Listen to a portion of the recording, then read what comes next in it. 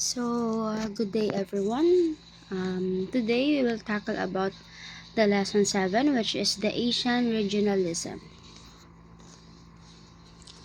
First, we have the introduction. This section probes the mechanism of a unique integration of the Asian regions and how nation states approach the challenges of world humanization and division.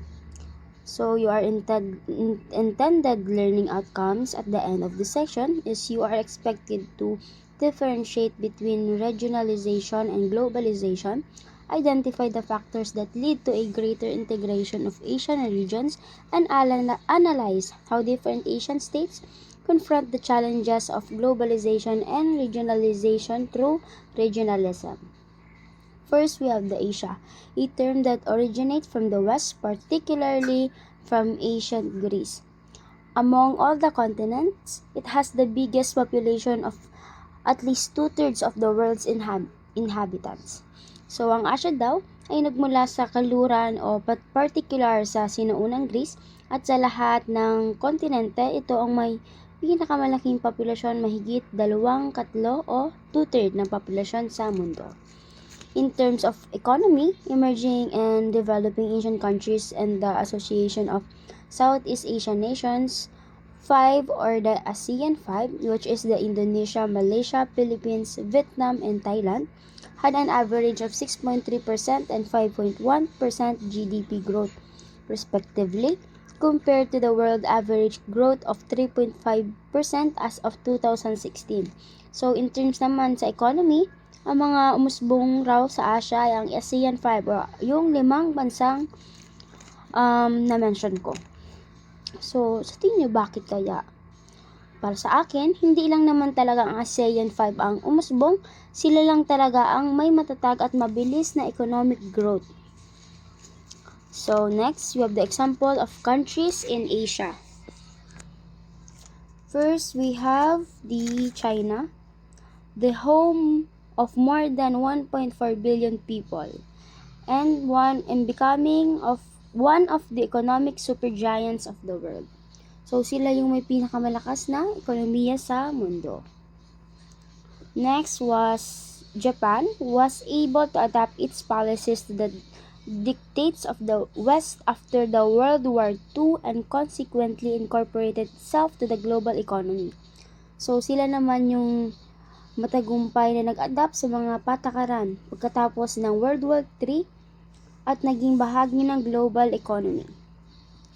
Ang global economy is yung system of production, trade, and investment that connects countries worldwide. Next, we have Singapore.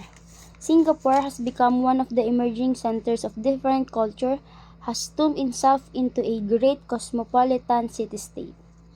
So, naging cosmopolitan city-state ang Singapore dahil sa matatag na pamamahala sa bansa and also dahil sa malakas na ekonomiya nila.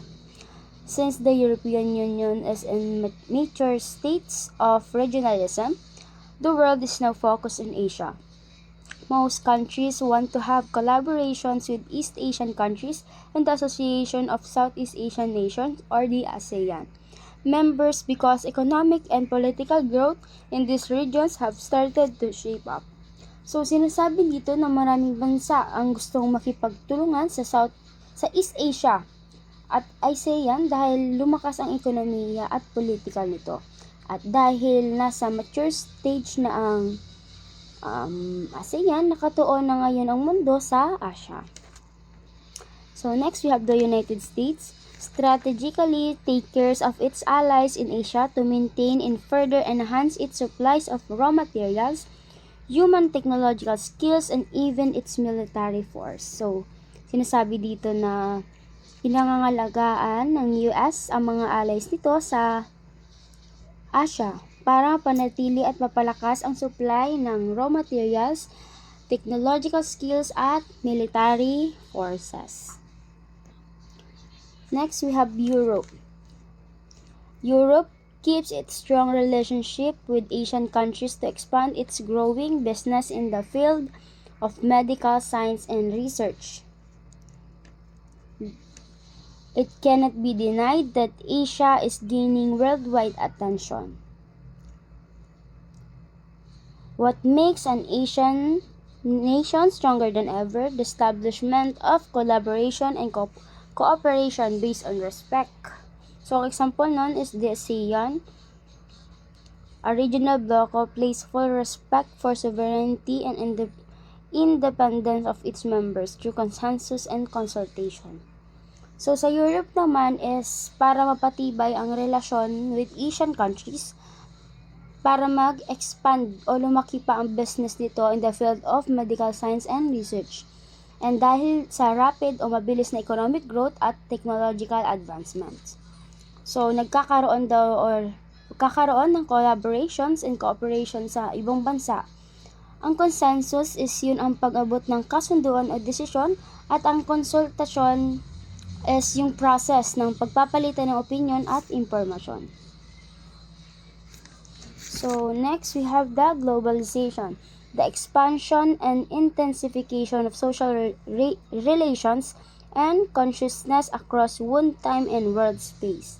So, ito yung pagkakaugnay-ugnay ng mga bansa sa pamamagitan ng kalakalan, technology, komunikasyon, produkto, at syempre, ang idea ng tao. Ang example nito is McDonald's, Samsung's, and meron pang iba. Next, we have the regionalization, the growth of societal integration within a region and to the often undirected processes of social and economic interaction. Ito naman yung proseso kung saan pinapalakas nila ang ugnayan sa pamamagitan ng ekonomiya, politika at kultura. Ang example nito is yung RCEP or yung Regional Comprehensive Economic Partnership. So, scope. So, comparison of the two in terms sa scope, it is very clear that globalization is borderless. It happens around the world. Regionalization happens only in a specific geographical region.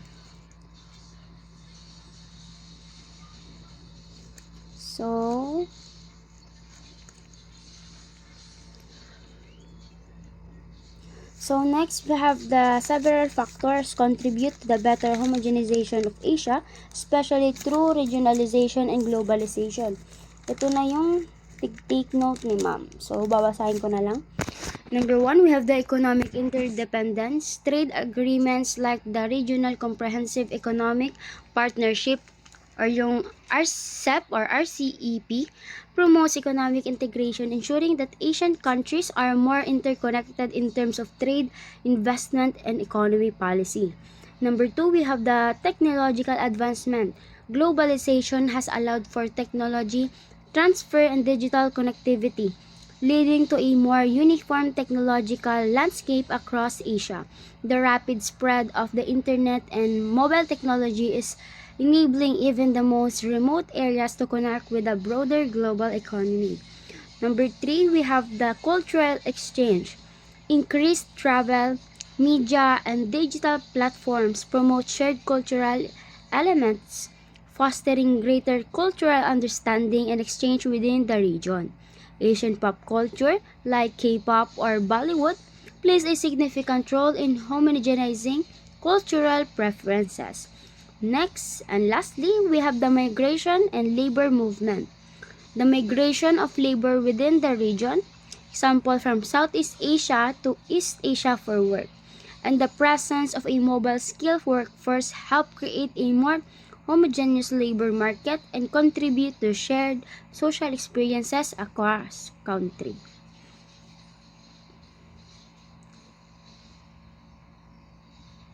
Next, we have how member states address regional challenges collectively.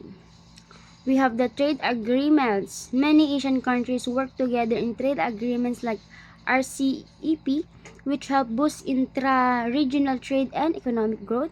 We have the bilateral relations. Countries also face challenges separately, such as disputes over territorial waters, trade imbalance, and political ideologies. For example, India and China have territorial disputes, and countries like Japan and South Korea face challenges regarding historical issues.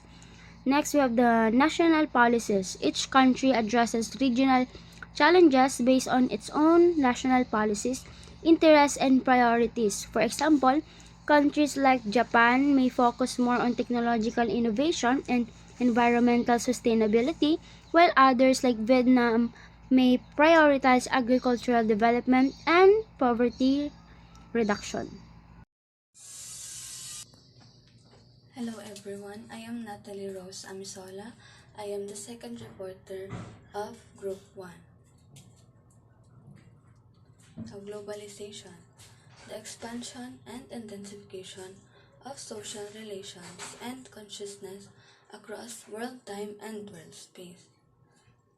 Globalization daw means expansion, yung pagpapalawak ng mga social relations across the world. Pagpapalawak ng mga connections sa bawat country around the world. That is globalization. So next one we have regionalization, the growth of societal integration within a region and to the often undirected process of social and economic interaction.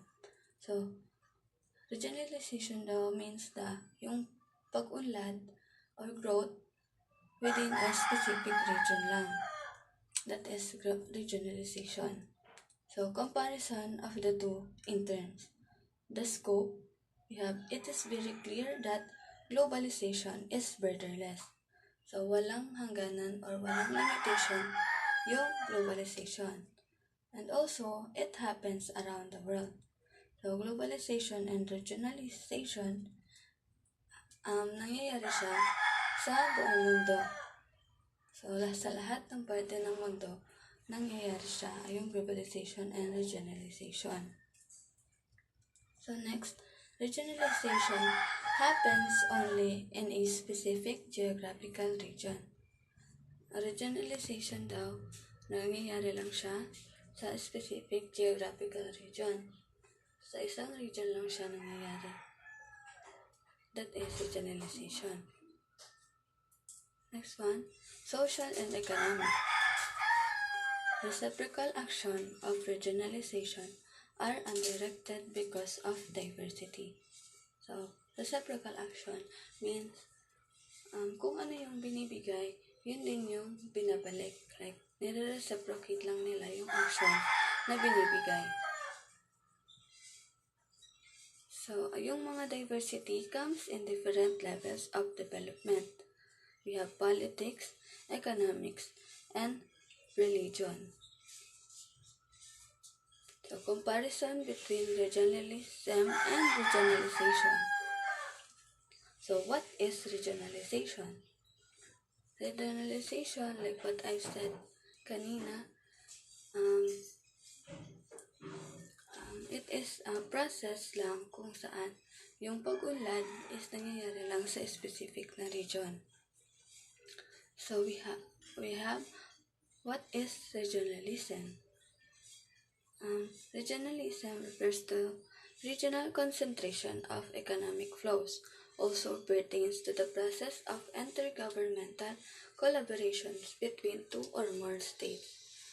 Regionalism naman daw, process siya within the government collaborations ng mga bansa or states.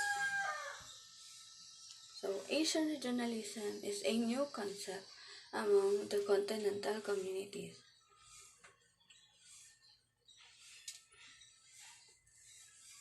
New to cooperation and collaboration goes, it has the 50-year-old ASEAN Group and the failed East Asian Economic Group. So, ang ASEAN Group, it is organization between the Asian countries. So, the ASEAN community comprised of 3 pillars: the political security community, economic community, and socio-cultural community. So, the political security community, binibigyang importance niya yung human rights, drugs, foreign relations, defense law, and transnational